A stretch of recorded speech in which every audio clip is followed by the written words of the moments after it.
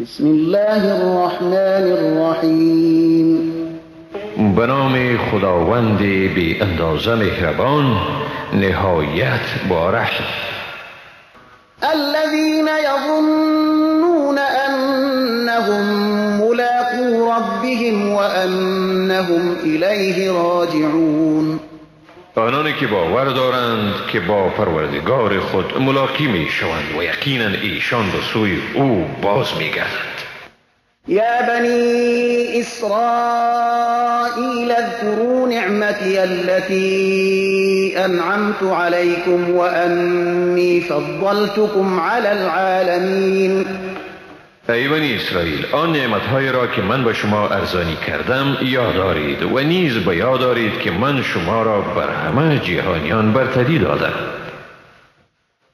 واتقوا يوما لا تجزي نفس عن نفس شيئا ولا يقبل منها شفاعة ولا يؤخذ منها عدل ولا هم ينصرون.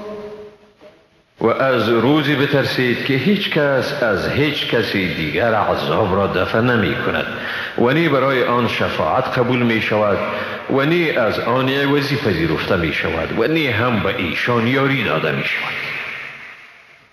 وَإِذْ نَجَّيْنَاكُمْ مِنْ آلِ فِرْعَوْنَ يَسُومُونَكُمْ سُوءَ الْعَذَابِ يُذَبِّحُونَ أَبْنَاءَكُمْ وَيَسْتَحْيُونَ نِسَاءَكُمْ وَفِي ذَلِكُمْ بَلَاءٌ مِّن رَّبِّكُمْ عَظِيمٌ.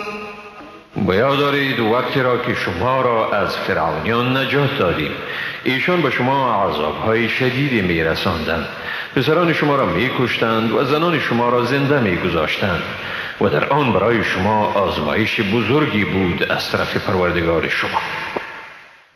وَإِذْ فَرَقْنَا بِكُمُ الْبَحْرَ فَأَنْجَيْنَاكُمْ وَأَغْرَقْنَا آلَ فِرْعَوْنَ وَأَنْتُمْ تَنْظُرُونَ.